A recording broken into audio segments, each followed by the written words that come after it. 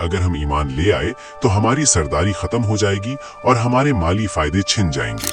और ईमान लाओ उस किताब पर जो मैंने नाजिल की है, जो तुम्हारे पास मौजूद किताब की तस्दीक करती है, और उसके पहले मुनकिर न बनो, और मेरी आयात को थोड़ी कीमत पर ना बेचो, और सिर्फ मुझ ही से डरो।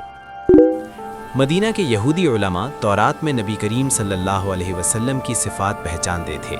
वो जानते थे कि आखिरी नबी आने वाले हैं, लेकिन जब वो अरबों में मबऊथ हुए तो उन्होंने हसद की वजह से इनकार कर दिया।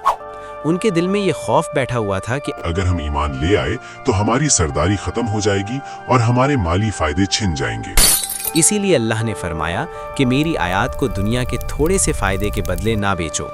दुनिया की इज़्ज़त, माल और शोहरत सब आर्जी हैं, मगर अल्लाह का कलाम हमेशा बाकी रहने वाला है। जो शख्स दीन को दुनिया के फ़ायदे के लिए छोड़ दे, वो असल में अपनी आखिरत बेच देता है। आयत 42। और हक़ को बातिल के साथ ना मिलाओ और जानते बूझते हक़ को ना छुपाओ। यहूद तौरात की आयात में तहरीफ करते थे। वो नबी सल्लल्लाहु अलैहि वसल्लम की सिफ़ात छुपा लेते और अपनी मर्ज़ी की बातें लोगों को बताते। यूँ वो सच में झूठ मिला देते थे ताकि अवाम धोखे में रहें। नबी करीम सल्लल्लाहु अलैहि वसल्लम ने फरमाया कि जो शख्स इल्म छुपाएगा उसे क़यामत के दिन आग की लगाम पहनाई जाएगी। दीन में मिलावट करना सबसे बड़ा फितना है, क्योंकि इससे पूरी कौम गुमराह हो जाती है। और नमाज कायम करो, ज़कात दो और रुकू करने वालों के साथ रुकू करो। अल्लाह ने उन्हें सिर्फ ईमान का नहीं बल्कि अमल का हुक्म दिया। नमाज बंदे को अल्लाह से जोड़ती है और ज़कात बंदे को बंदों से जोड़ती है। रुकू करने वालों के साथ रुकू करो का मतलब ये है कि जमात के साथ नमाज पढ़ो और तकब्बुर छोड़कर मोमिनों की सफ़ में शामिल हो जाओ। इस्लाम फ़र्द को नहीं, उम्मत को बनाता है। अतअमुरून अन्नास बिलबिर्रि व तंसौना अनफुसकुम व अंतुम ततलून अलकिताब अफला ताक़िलून। क्या तुम लोगों को नेकी का हुक्म देते हो और ख़ुद को भूल जाते हो, हालांकि तुम किताब पढ़ते हो? क्या तुम अक्ल नहीं रखते? यहूद के उलमा लोगों को नेकी की बातें सिखाते थे, मगर खुद उन पर अमल नहीं करते थे। उनकी ज़बान कुछ और कहती थी और उनका अमल कुछ और होता था। नबी सल्लल्लाहु अलैहि वसल्लम ने फरमाया कि मेराज की रात मैंने कुछ लोगों को देखा जिनके होंठ आग की कैंचियों से काटे जा रहे थे।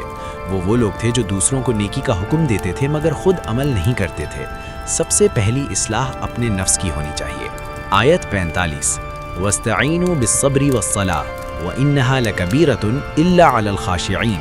और सब्र और नमाज से मदद हासिल करो, और बेशक ये नमाज भारी है मगर उन लोगों पर नहीं जो आजिज़ी करने वाले हैं। दुनिया से मोहब्बत करने वालों को नमाज बोझ लगती है, क्योंकि उनका दिल अल्लाह के बजाय दुनिया में लगा होता है। लेकिन खुशू रखने वालों को नमाज में सुकून मिलता है, क्योंकि उन्हें यकीन होता है कि एक दिन अल्लाह के सामने हाजिर होना है। जितना आखिरत का यकीन मजबूत होगा उतनी नमाज आसान हो जाएगी। आयत 46। अल्लज़ीना यज़ुन्नूना अन्नहुम मुलाक़ू रब्बिहिम व अन्नहुम इलैहि राजिऊन। वो लोग जो यकीन रखते हैं कि वो अपने रब से मिलने वाले हैं और उसी की तरफ लौटकर जाने वाले हैं। ये आयत बताती है कि नमाज में खुशू उन्हें नसीब होता है जिन्हें आखिरत पर यकीन होता है। जो शख्स अपने अंजाम को याद रखता है वो गुनाहों से बचता है। आयत 47। या बनी इसराईला उज़कुरू निअमती अल्लती अनअमतु अलैकुम व अन्नी फ़द्दलतुकुम अलल आलमीन। ए बनी इसराइल, मेरी उस नेमत को याद रखो जो मैंने तुम पर की, और ये कि मैंने तुम्हें जहान वालों पर फजीलत दी। अल्लाह ने बनी इसराइल को अंबिया अता किए, किताबें दी और दुश्मनों से निजात दी, मगर उन्होंने नाशुक्री की। नेमत याद रखोगे तो शुक्र पैदा होगा।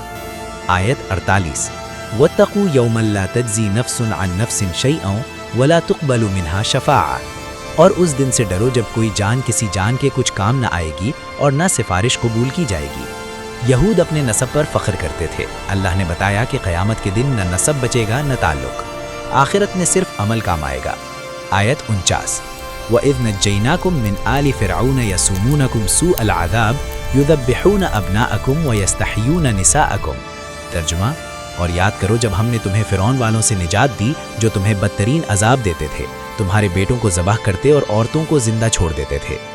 फ़िरौन को ख्वाब में बताया गया कि बनी इसराइल का एक बच्चा उसकी सल्तनत ख़त्म करेगा, इसलिए वो बच्चों को कत्ल करवाता था। आयत 50।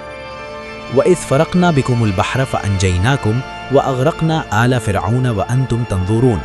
और जब हमने तुम्हारे लिए समंदर को फाड़ दिया फिर तुम्हें बचा लिया और फ़िरौन वालों को तुम्हारी आँखों के सामने गर्क कर दिया।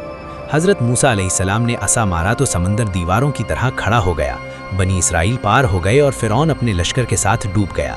سبق: جو اللہ پر بھروسہ کرے اس کے لیے سمندر بھی راستہ بن جاتا ہے۔